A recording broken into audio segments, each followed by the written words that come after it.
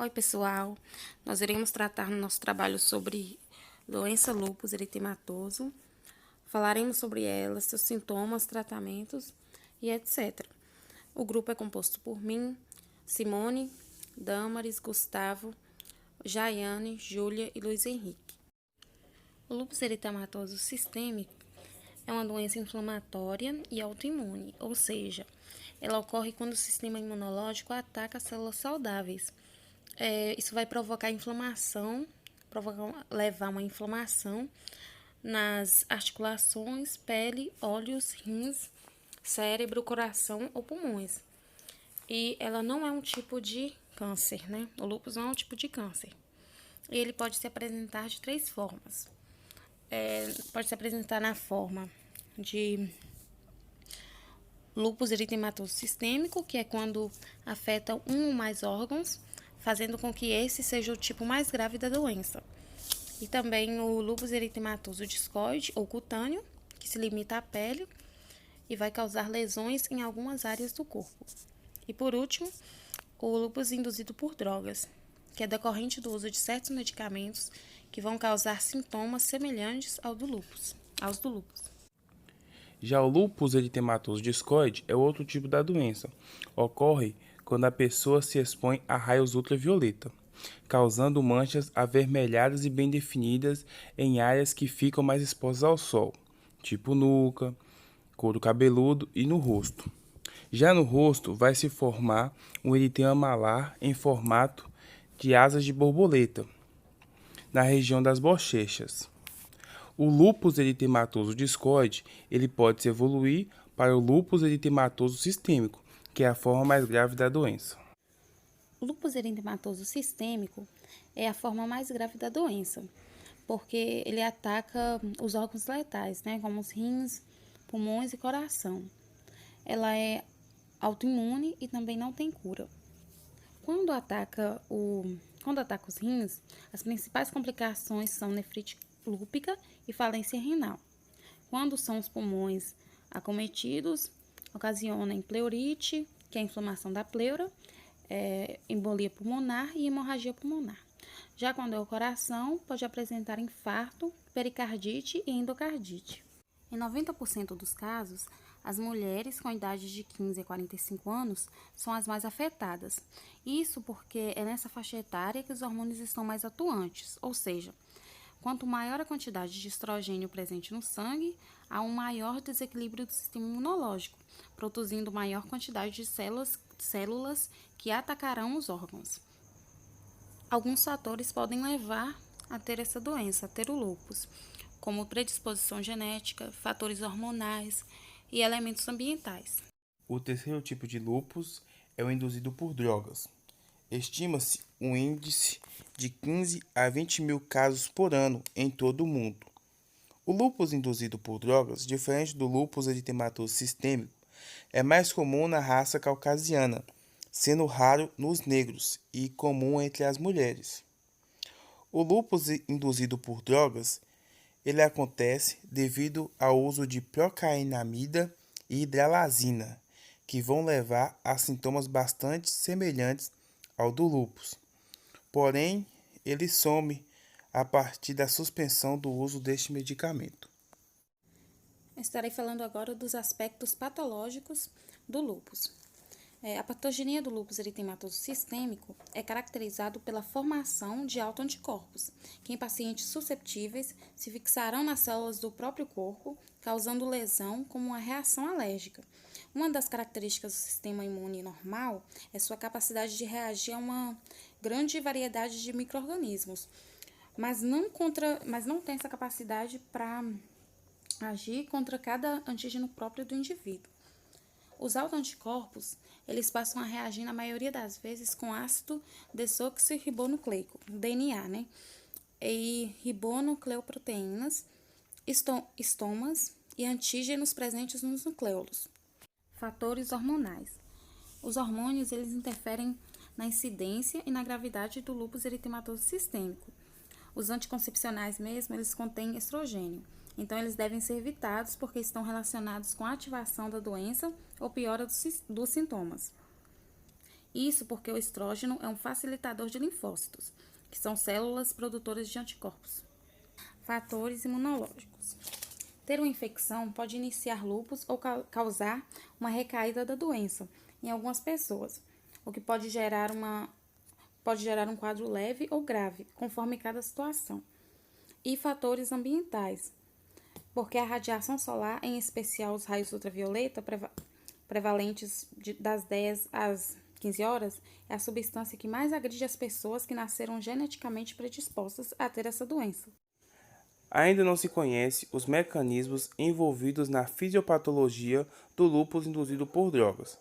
Porém, sabemos que é diferente de reações de hipersensibilidade a drogas clássicas, por várias razões. Não há envolvimento de células T específicas a drogas ou anticorpos, e os autoantígenos alvos não são diretamente afetados pela droga ofensiva. O curso temporal para o desenvolvimento do LID tende a ser muito mais lento em relação ao de hipersensibilidade a fármacos clássicos. A reintrodução de uma droga indutora do LID não está associada com a memória da exposição anterior, e o tempo de exposição e dose da droga afeta a probabilidade de desenvolvimento do LID. A epidemiologia do lúpus eritematoso sistêmico ele é maior no Brasil. Estimativas indicam que existe cerca de 65 mil pessoas com lúpus no Brasil, sendo a maioria mulheres. Sintomatologia do lúpus eritematoso sistêmico. Quando é na boca, apresenta úlceras orais. Nos pulmões, pleurite, que é a inflamação da pleura, pneumonite, inflamação do pulmão, embolia pulmonar e hemorragia pulmonar. Nos rins, apresenta insuficiência renal, sangue na urina e urina muito espumosa. E na pele, a pessoa vai ter um chamado rash malar, que é uma mancha nas bochechas em formato de asa de borboleta, que no caso é presente no lúpus discoide. No coração vai apresentar hipertensão, pericardite, miocardite, endocardite e infarto. No gastrointestinal, pancreatite, hepatite e isquemia intestinal. No sangue, ela vai apresentar anemia, plaquetas baixas, leucócitos baixos, trombose e vasculite. E já nos músculos e articulações, ela vai ter dor muscular, dor nas articulações e artrite. Também vai ter uma queda de cabelo, por conta da doença, é febre e dor de cabeça. Já nos sintomas do lúpus eritematoso discoide, vão se formar manchas vermelhas na região da bochecha em formato de asa de borboleta. Isso é causado pela exposição ao sol, que no caso são as queimaduras. Já no lúpus induzido por drogas, os sintomas vão ser bem semelhantes ao lúpus eritematoso sistêmico e o lúpus eritematoso discoide, que são por conta do uso da medicação. Mas assim que suspende o uso da medicação, os sintomas desaparecem. Mas os sintomas são artralgia, que são dores nas articulações, mialgia, que são dores musculares, febre, lesões de pele e eritema nodosos, que são nódulos sensíveis à dor. Para diagnóstico de lúpus eritematoso sistêmico, existem 11 critérios. Desses 11, se a pessoa apresentar pelo menos 3, ela é provável de ter a doença. São os seguintes: exantema malar, lesão cutânea discoide, fotossensibilidade, que é a sensibilidade à luz, úlceras orais, artrite, serosite, que é inflamação de qualquer serosa do organismo, como pleura, pericárdio ou peritônio, alteração renal, alteração neurológica, hematológica e imunológica e anticorpo antinuclear. E tem também os diagnósticos a partir de exames laboratoriais, como o teste de FAM, que é um tipo de exame muito utilizado para auxiliar no diagnóstico de doenças autoimunes, também através de urina, hemograma e triglicérides e colesterol. E a avaliação laboratorial do LES.